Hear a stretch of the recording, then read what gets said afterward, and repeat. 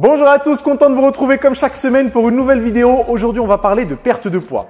Je sais pas pour vous, mais personnellement, j'ai toujours entendu dire que pour une perte de poids, il était préférable de s'y prendre progressivement, sans trop s'affamer, pour éviter justement de reprendre le poids qu'on aurait pu perdre pendant cette phase de régime.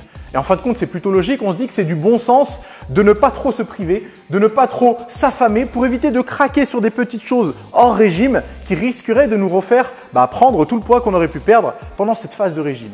Mais est-ce que c'est vrai? Est-ce que c'est un conseil qui est basé sur quelque chose ou est-ce que c'est uniquement basé sur du bon sens qui se serait transmis petit à petit en fin de compte et qu'on n'oserait pas faire des régimes un peu plus stricts et un peu plus courts? Ça tombe bien parce que j'ai fouiné un petit peu et j'ai trouvé une étude super intéressante qui traitait exactement de ce sujet-là. Et c'est quand même très bien d'avoir ce type d'étude parce que ça nous permet d'avoir plus de contenu et du coup de se faire une meilleure idée en association l'expérience et ce qui peut se faire en termes de recherche scientifique. Et cette étude, vous trouverez justement la référence dans la description, consistait à comparer deux groupes.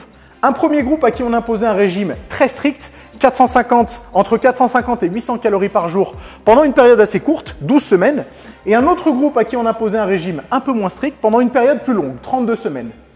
À la fin des périodes respectives, on imposait une période de stabilisation aux deux groupes de plusieurs mois et on s'assurait de mesurer leur poids, leur taux de masse grasse, etc. Et qu'est-ce qu'on a remarqué? On a remarqué que le groupe qui suivait le régime le plus agressif et le plus court avait perdu plus de poids, plus de gras et avait repris moins de poids à la fin de la période de stabilisation. Et il y a une autre chose, c'est que dans le groupe ayant suivi le régime le plus long, il y a plus de personnes qui ont abandonné l'expérimentation. Donc il y a plus de personnes qui sont allées au bout du régime de 12 semaines que de personnes qui sont allées au bout du régime de 32 semaines. Donc une plus grande adhérence, une meilleure perte de poids, une meilleure perte de gras et moins de kilos repris à la fin de la période de stabilisation. C'est quand même bizarre et c'est quand même contradictoire à ce qu'on a tendance à nous conseiller en fin de compte. Mais du coup, qu'est-ce qu'il faut en tirer de cette étude? Avant d'en tirer des conclusions, il faut surtout vérifier pour quel type de public ça s'adresse. Parce que vous vous doutez bien que ça peut être différent en fonction de si vous êtes sédentaire ou si vous êtes sportif. Et on s'aperçoit qu'en fait, l'étude a été menée sur des femmes presque toutes en surpoids. Je crois même qu'elles étaient toutes en surpoids.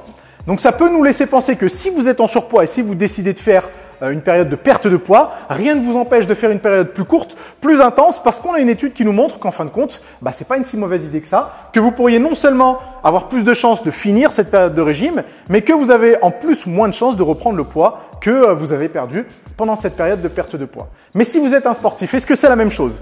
Ça tombe bien parce que j'ai fouiné aussi et j'ai trouvé une étude qui traitait justement du cas des sportifs. Vous trouverez la référence dans la description. Et pour cette étude, le son de cloche est un peu différent. On s'aperçoit qu'en fait, pour des sportifs, c'est pas juste la perte de poids qui nous intéresse, c'est perdre du gras, conserver du muscle et conserver ses performances sportives. Et dans ce cadre-là, il semblerait que selon l'étude qui a été menée justement, une restriction calorique pas trop agressive, pas trop importante, serait la meilleure chose à faire en fin de compte pour justement préserver de la masse musculaire, préserver ses performances physiques et essayer de perdre le plus de gras possible.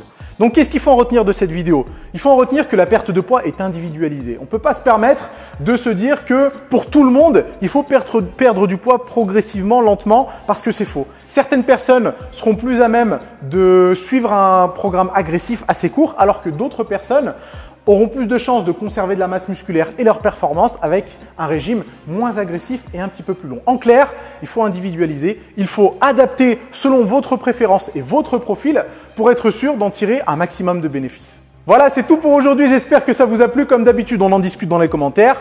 Là, on discute. Comme d'habitude, partagez la vidéo, abonnez-vous à la chaîne et puis on se retrouve plus tard dans la semaine sûrement pour d'autres conseils.